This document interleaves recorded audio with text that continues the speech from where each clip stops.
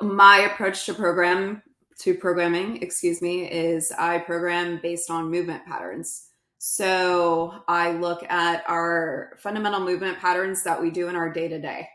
And I carefully select variations based on the individual or the sport. So, for example, on this cycle, our squat variation is the hack squat. It is very joint friendly. You notice you're kind of at this like 45-degree angle when you're squatting. Feels a little weird at first. I always try to give people a heads up about that. Like it almost feels like you're going to tip over. Yep. Once you perform a few reps or maybe even into your like second set, you're like, damn, this feels really good. Yeah, for sure. That variation is great for a lot of people who maybe have some knee issues going on because it's not putting a lot of direct pressure on that knee joint as you're squatting. So for a lot of folks that I've worked with who have had knee replacements or some knee pain in the past, that is typically a squat variation that I would try with them. And there are a few different ways that you can approach that variation, which is something I try to offer in the speed and agility program. Just knowing in remote programming, not everybody has access to a barbell. You know, maybe somebody doesn't have access to a foam roller to set up on the wall with a set of dumbbells. So I do try to offer some options within that just to make that program as accessible as possible to everybody. Yeah, that brings up an interesting point I hadn't thought of before. It has to be a challenge programming for people that you don't see, and then also not knowing where they're going to work out or what equipment they have available. How many variations do you have to come up with of like a certain movement to like accommodate everyone? And then how do you think about that? Do you look at like the feedback from individuals? I look at feedback from individuals, of course, just throughout my experience, what I have seen work for specific individuals and athletes. And I definitely do my research. So, you know, you've definitely sent me some great videos, with speed shooting that have helped me like, okay, this is, I need to be very mindful of like the ankles and knees. You guys are doing so much like quick movement with sudden stopping. Like, it's really important that your feet are in good shape, your ankles are in good shape, your knees are in good shape. And to continue to put a lot of stress on those joints, that's something I'm super mindful of when I'm creating the program. So I am looking for variations I keep that in mind. So I have quite a few different resources. And then when I need some help, I reach out and lean into my resources that I have available to me. Nice. Yeah. So one of the things that we've been doing a lot of in this cycle is intervals. And I guess specifically I think of like the running intervals that we've done. We've done like side shuffle and then, sprint forward, jog back and stuff like that. Now having context of what you just said, it's like, okay, yeah, that is like working different sides of the ankles, working different sides of the knees, lateral movement, forward and back. And there's probably a fancy word for that, but forward, backward, and then starting, stopping, things like that. And that's all things that we do on like short courses in USPSA or 3-gun, stuff like that.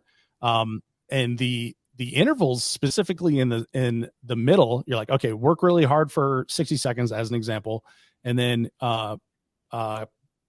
rest. I was like, what is that word again? Rest for 45 seconds.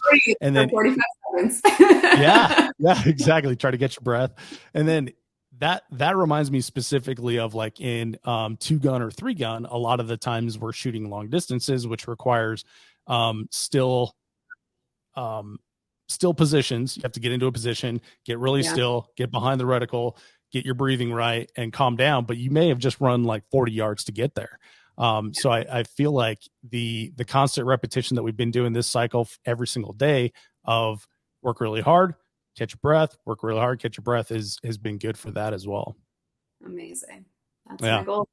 You should see me in my living room practicing these drills. Really? I actually write them out. Yes. You gotta get out the iPhone. That's behind the scenes footage right there for sure. My videos are not nearly as good as yours. Thank you. Try to throw a little humor into them, so hopefully it's entertaining. Thank you. Well, so we kind of talked about a little bit of your training philosophy, um, and I think in something you just said there is, you personally don't have a background in competitive shooting, but through watching competitive shooting, breaking down videos and stuff like that, there's common movements that we use in a lot of sports that seem to translate over. So I guess like my question is like, do you look, do we as competitive shooters think like, oh, we have this very special use case and these complex problems that we need special training for, and you're just like, yeah, that's just like basketball, or like that's just like football, or I got this. I hope this answers your question. But I will go back to the video you sent me of, is it JJ? Yeah, JJ Ricazza. Mm-hmm. How much I know about speed shooting. Ha! That video was actually really helpful for me in especially like the lateral movement and then the positioning of the hips. I was like, okay, great, we can easily simulate this. So we're going to do a lateral shuffle, and then you are going to take a quick recovery period because now you have to draw and shoot at a target. So you're squaring up your shoulders, you're squaring up your hips, and now I'm going to throw in like that weighted front plate raise, right? So now my hips and shoulders are set. There's a lot of stability that has to happen there, and everything in that midline has to be engaged. So I'm really trying to simulate what you would do in a match, but now we have added some load to it. Week over week, I've kind of changed up what those movement patterns are. Maybe we'll throw in like a dumbbell snatch or something. Now there's like a full body movement where your heart is getting a little bit more elevated in that movement.